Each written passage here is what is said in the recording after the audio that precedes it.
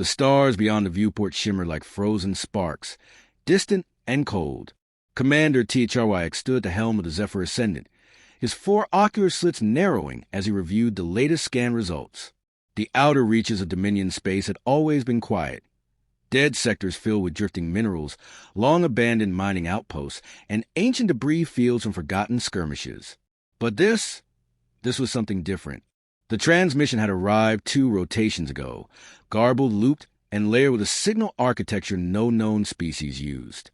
What little could be deciphered was a voice, deep and slow, speaking in a dead language no longer taught in any galactic archive.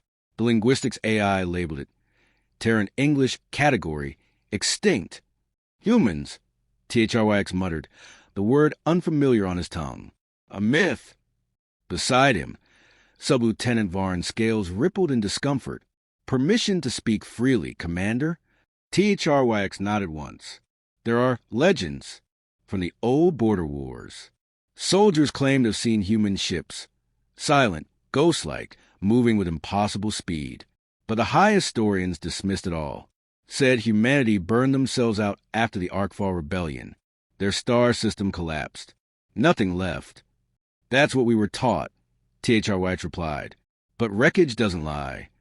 The last patrol fleet to report from this sector had vanished near a region marked as the Velith Expanse, a black patch of space devoid of natural light, mapped but never explored. The Dominion had written off as a gravitational anomaly, dangerous, but meaningless. Now, sensors showed dozens of heat signatures scattered throughout the expanse. Wrecks, whole cruisers torn apart, their cores melted. Some fragments floated intact, bearing Dominion crests. THRYX's mandibles clicked in thought. Send a probe. A shimmering orb detached from the Zephyr Ascendant and surged ahead into the darkness. For a moment, there was nothing. Then, static burst across the bridge speakers. The voice returned, clearer this time. A woman's voice, cold and resolute. We are the forgotten. We remember. Silence followed. The crew exchanged nervous glances. Varn's frills fluttered anxiously. Commander, that voice, it used our encryption protocol. Dominion standard. THRYX didn't answer. His mind was racing.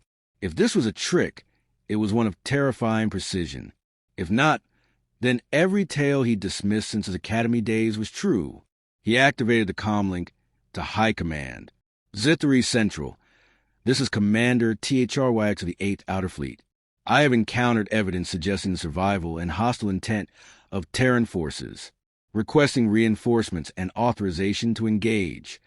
There was a pause before a flat reply crackled through. Commander, the Terran species is extinct. Maintain position and investigate. Do not escalate based on fabricated signals. That is an order. The channel cut. THRYX clenched his fists. Arrogant fools, he growled. They're still playing politics, while something ancient stirs in the shadows. The bridge lights dimmed suddenly. An alert flashed crimson across every console. Gravity fluctuations. Space around them was warping, folding in unnatural ways. THRYX turned toward the main display, heart pounding. From the darkness, something emerged. At first, it was a silhouette impossibly vast, gliding with predatory grace. Then came the shape, a sleek, angular vessel, black as void, bristling with unknown tech and silent propulsion. No ion trails, no engine heat. It moved as if the laws of physics bowed in its presence. Then another, and another. 5 ships, then 10, each one larger than a Dominion dreadnought. The fleet hovered in a crescent formation, their hulls unmarred by battle, as if newly forged. But the design bore unmistakable age, Terran architecture from the last war. Modified, enhanced, reborn. THRYX couldn't speak. He barely breathed. The lead ship drifted forward, and a symbol flickered to life across its hull, an ancient sigil long purged from Dominion records. A phoenix rising from flame. The bridge fell silent. Then a single transmission came through, visual only. A human face appeared on screen, pale, sharp-eyed, and utterly calm. A woman, perhaps in her late 40s. Her eyes burned with conviction. I am Admiral Alara Voss of the Terran Ascendancy. To those who tried to erase us, your memory ends here. We do not come as conquerors. We come as consequence. The image vanished. A cold sweat spread across THRYX's carapace. Tactical, he barked. Sir, we're locked out, Varn stammered. Weapons, comms, propulsion, all overridden. We're dead in space. THRYX turned back to the viewport. The Terran fleet hadn't fired a single shot. They didn't need to. The commander watched as his fleet, ships he'd trained with, trusted, was dissected one by one, not with weapons, but with sheer technological supremacy. Engines shut down mid-flight. Shield systems collapsed. Crews teleported away in pulses of light. No death, no destruction, just domination. And then, as swiftly as they had come, the Terran ships vanished, folding space and disappearing into the void, leaving behind only silence and fear. THRYX stood frozen, the myth made real before his very eyes. The stars no longer felt distant. They felt watched. "Prepare a report," he finally said, voice hoarse. "And wake the archivists. It's time the Dominion remembered what it chose to forget." The Vindicator moved through space without resistance, its obsidian hull absorbing starlight like a void given form. Admiral Alara Voss stood at the edge of the command deck's panoramic viewport, her eyes fixed on the pale shimmer of a Dominion relay satellite collapsing into itself. The silence that followed its annihilation was not one of absence, but of message. "They still use fusion cores," she said softly, almost to herself. Captain Dorian Kess, her tactical second, stood a pace behind. "We've confirmed. 7 relays neutralized. No countermeasures deployed. No trace of retaliation. They still believe we're phantoms." Alara turned. "Let them. Fear is the first step to memory." Her gaze was colder than the dark beyond, but not cruel. Each line on her face was a scar carved by decades of exile, burden, and silent preparation. She had been there when Sol fell. Only a child then, cradled in the last civilian transport to escape Mars before the Dominion's blockade turned Earth's orbit into fire. She remembered the broadcasts. Calls for peace ignored, refugees turned away, orbital cities burning.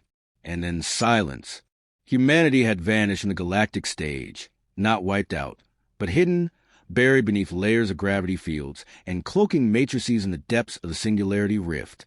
For 2 centuries they rebuilt, not as victims, but as survivors forged by betrayal. Now they had returned, not as vengeance, but as verdict. "Communications link established with Command Bastion," Kess reported. Alara nodded. "Patch me through." The war room aboard Bastion Prime flickered into existence via holofeed. 6 admirals of the Terran Ascendancy stood in semicircle. Different backgrounds, different philosophies, but all bound by one truth. The galaxy had forgotten humanity, and that mistake was about to be corrected. "Progress?" asked Admiral Gron, silver-eyed and scarred, the most militant among them. "Phase 1 is complete," Alara answered. "Outer Dominion grid has been disrupted. No casualties. All incursions precise and silent." "Too silent," Gron muttered. "We're showing restraint to those who showed us none. We should strike while they're paralyzed. Planetary strikes. Make them bleed." "We are not here to become the monsters they feared," Alara replied calmly. "The Terran directive is clear. Force memory, not annihilation." Gron sneered. "And if memory fails?" Alara didn't answer immediately. Her hands clenched behind her back. "They believe we were myths. If that belief gives way to awe, we win. If it turns to fear, we prepare for what comes next." Another voice broke in. Admiral Ryoko, youngest among them but the most pragmatic. One of their fleets engaged in the Velith expanse. Disabled in under 60 seconds. No losses. Gron smirked. "So the stories begin." Alara's feet flickered slightly. The edge of her vision caught the light of stars shifting, warping. A ripple caused by a nearby fold entry. More Terran vessels arriving. Reinforcements for the next phase. "We strike at their core next," she said. "Capital systems, major trade relays, their propaganda hubs. But we do not kill unless necessary. We appear. We disable. We disappear. That is the message. Gron's feed cut without a farewell. The others gave silent nods before vanishing in sync. Kess approached. You think he'll act on his own? I think he already has, she murmured. Far from the Dominion's view, fractures were forming within the Terran fleet, not of loyalty, but of method. For some, like Gron, the return was retribution. For Alara, it was remembrance. She didn't want war. She wanted the galaxy to remember that humanity had been here once, and that forgetting them had been a mistake. Her thoughts broke as the proximity alert pulsed once, soft but urgent. Contact, said the helmsman. One Dominion vessel, class, diplomatic courier. No escort, en route to the frontier system of Iller's Reach. Courses unchanged. Alara frowned. A courier without escort in contested space? Either they're baiting or desperate. Kess looked at her. Orders. She hesitated. This wasn't part of the plan. No targets with diplomatic tags were scheduled. But opportunities like this didn't come often. Intercept. Disable engines only. Bring them aboard. Within minutes, the Terran interceptor wraith had locked onto the courier. There were no alarms, no warning. One moment the courier was in motion. The next, its systems flickered, stuttered, and died. A single Terran boarding team breached the hull with zero resistance. 10 minutes later, the courier's lone passenger stood in Alara's observation chamber, tall, armored, unarmed by force, and very much not afraid. Commander HFY, Alara said, stepping forward. The Zithri officer met her gaze.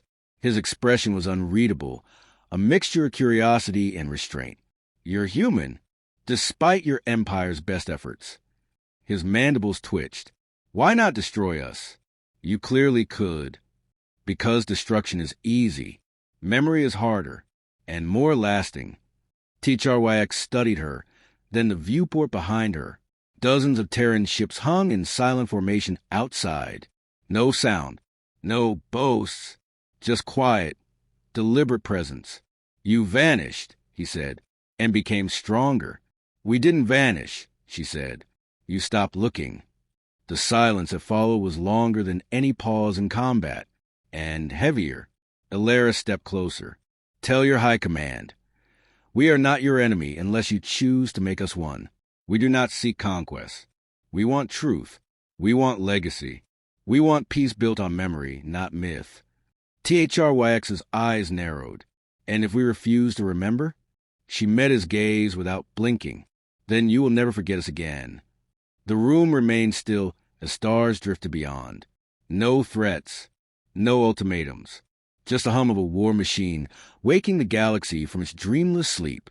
The Dominion's capital moon, Olive Prime, was a fortress of spires and light, home to trillions and center of galactic control. Yet now, in its upper atmosphere, thousands of eyes turned upward as the sky fractured silently into a ripple of obsidian. From the breach descended a single Terran vessel, not firing, not speaking, just hovering, vast and deliberate, above the highest spire. It needed no introduction. Inside the Dominion Senate chamber, panic bloomed in hushed waves. Emergency protocols failed to respond. Security forces were locked out of their own systems. The assembly speaker's voice trembled as she demanded answers, but only silence answered her until a signal override pulsed across every screen, every interface, every device across the moon. Admiral Alara Voss appeared in full uniform, centered against a backdrop of cold stars and human warships arrayed like blades. Her voice came without static, without aggression. Calm, measured, undeniable. We were not your myth. You are ours now. Across the galaxy, similar messages played in synchrony. Terran fleets had revealed themselves in a coordinated emergence. 27 Dominion systems overtaken in under an hour.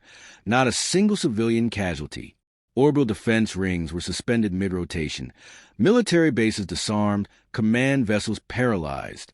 The Ascendancy had moved with surgical precision, not vengeance. On the Terran command deck, Admiral Gron paced behind Alara's image feed. His jaw was tight. They're afraid, but not broken. This was a warning. Nothing more. We should have struck harder. Alara turned slowly. They needed fear to wake up. They need memory to change. Crushed empires rebuild themselves out of martyrdom. We're not here to create new legends of victimhood. We're here to remind them of the truth they buried. Gron scoffed. And how long do you think that memory lasts? A cycle? A century? Before another generation forgets again, and we're hunted like ghosts. Before Lara could answer, the deck lights flickered. A report came through, urgent, fragmented. Dominion strike fleet incoming.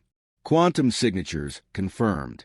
Massive-scale energy buildup across 3 fronts, all carrying Class Theta ordnance. Gron's lips curled into a grim smile. Well, looks like they remembered how to retaliate. Ilara took a breath, not of panic, but of calculation. Fleet-wide alert. Defensive formations. No preemptive strikes unless absolutely necessary. Kess leaned in. They're heading toward Kirill Station. Civilian hub. 7 million non-combatants. Too fast for evac, Ilara said. Gron, your interceptors are closest. Redirect. Gron hesitated. Those ships won't stop unless destroyed. You know that. Then disable them, without killing their crews. He gave her a sharp look, but issued the orders. Moments later, the darkness lit up. In the cold vacuum near Kirill, Dominion dreadnoughts broke through warp, weapons primed. But before they could lock coordinates, space bent and shattered. Terran vessels emerged, twisting through reality, bypassing shields, severing power cores with precision strikes. One after another, the Dominion ships went dark. Engine stalled, navigation fried. No explosions, just silence, except one. A Dominion cruiser, too slow to yield, fired its payload, a directed gravitic implosion cannon. At the station, the Vindicator moved to intercept, but it was too far. Then, without orders, one Terran ship, Spectre 9 under Gron's banner, broke formation and charged. It collided with the cannon's trajectory, absorbing the blast. The explosion tore the vessel apart. Gron's voice cracked over comms. We lost them. All hands. Ilara bowed her head. They chose memory. After the battle, silence reclaimed the stars. The Dominion's fleet was shattered, but not by bloodshed, by restraint, by a power that refused to indulge its full strength. HFY stood again on the deck of a Terran vessel, this time not as a prisoner, but as an envoy. He looked out at the fleet, humbled. You could have destroyed us. Ilara joined him. We still could. He nodded slowly. But you didn't. Why? She pointed beyond the viewport, where a Dominion rescue ship had arrived to recover its crew. Because we've lived long enough with loss. We wanted you to feel what it means to be spared when you expected to die. HFY watched the stars for a long time. You won't stay visible. You'll vanish again, won't you? Yes, she said. But this time, we'll leave reminders. Across every Dominion world, monuments were deployed, not of conquest, but of warning. Tall spires etched with phoenix, and a single phrase in every known language. Let memory guide peace. Forget us again, and we will return. Gron, standing apart from the ceremony, looked up at the spire. Next time, we won't be so gentle. Ilara stepped beside him. Then let's hope there isn't a next time. In the histories that followed, children of the Dominion grew up reading tales once thought myth, now canon. Not of humans as monsters or ghosts, but as shadows that watched, judged, and remembered. And in the quietest corners of the galaxy, where stars were born and black holes slept, whispers carried still the fleet that returned from extinction, not to conquer, not to avenge, but to make sure they were never forgotten again. Deep beneath the surface of Bastion Prime, the Terran Ascendancy's central intelligence vault pulsed with slow, rhythmic energy. Here, where the stars could not intrude, where silence held dominion, Admiral Ilara Voss stood before projection unlike any other. It wasn't a map. It wasn't a battle plan. It was a face. Not hers. Not Gron's. Not HFY's. It was an older human, wrinkled gray, severe, the last president of Earth, frozen in a final recorded transmission before the Sol system was annihilated. The message had been recovered decades after their retreat, buried under layers of quantum firewalls. Most had forgotten it even existed. We failed not because we were weak, the recording said, but because we allowed them to define what strength meant. If we survive, let us redefine it on our terms. Ilera let the words settle before she closed the feed. Everything's changing, came Kessa's voice behind her. She turned. He stood at the chamber entrance, holding a small datapad. THRYX submitted a personal petition to the Dominion Senate. He's requesting open hearings into the suppression of human history. It's gaining momentum. Some of their citizen worlds are calling for diplomacy. Ilera raised a brow. Diplomacy. That a word I never expected to hear from a Zithari fleet commander, especially after watching his flagship get dismantled midair without firing a shot, Kess added with a wry smile. She offered no reply. Her thoughts drifted to the deeper problem, one not measured in ships or systems. The return had gone almost exactly as planned. Phase 3, strategic exposure, was already in progress. But it was what came next that threatened to unravel everything. Not the Dominion, but them, the humans. Gron's forces had begun mobilizing along the Corval Expanse, Kess continued. He's rerouted patrol fleets under the pretext of safeguarding occupied zones. But intelligence suggests he's preparing for autonomous operations. Defection? Ilera asked. Not yet, but divergence. Ilera sighed, eyes heavy. She had predicted this fracture, but not its timing. Gron was loyal to humanity, unquestionably, but his loyalty had edges, blades. Where Lara saw survival through integration, he saw it through dominance. Two philosophies born of the same trauma, now spiraling into conflict. Schedule a meeting, she said. Off-grid. No staff. Just us. Kess hesitated. He may not come. He will. He respects the past, even if he can't see the future. 2 days later, the meeting took place in an abandoned relay station orbiting a dead moon. No guards. No weapons. Just two veterans facing the gravity of their own choices. Gron looked thinner than she remembered. Still sharp, still dangerous, but worn, like a blade dulled by too many cuts. You're trying to hold back a tide, he said before she even spoke. I'm trying to stop us from becoming what we hated, she replied. We can't go back. Ilera, not to hiding, not to trusting them. You think the Senate inquiry means change? It means they're regrouping. They'll rewrite the narrative again, and next time, we won't be myths. We'll be threats. She stepped closer, the cold metal beneath them echoing her every word. And if we preempt that threat with war, we confirm every fear they buried centuries ago. We become the weapon they claimed we always were. Gron's jaw tightened. They deserve to be afraid. But we don't deserve to become monsters. He looked at her, truly looked, for the first time in years. The silence between them carried the weight of burned cities, lost children, erased names. They had both clawed their way from extinction. Now, the question wasn't survival. It was purpose. If I pull back, Gron said slowly, it won't be because I agree with you. It'll be because I trust that you believe what you're doing matters. She nodded. That's enough. They left without further words. Back aboard the Vindicator, Ilera stood in her private quarters as a new transmission arrived. It was not from Earth.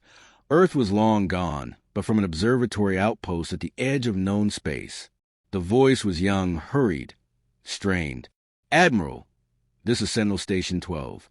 We picked up something strange, unknown mass signatures in the void beyond the galactic curtain. They're not Dominion, and they're not ours.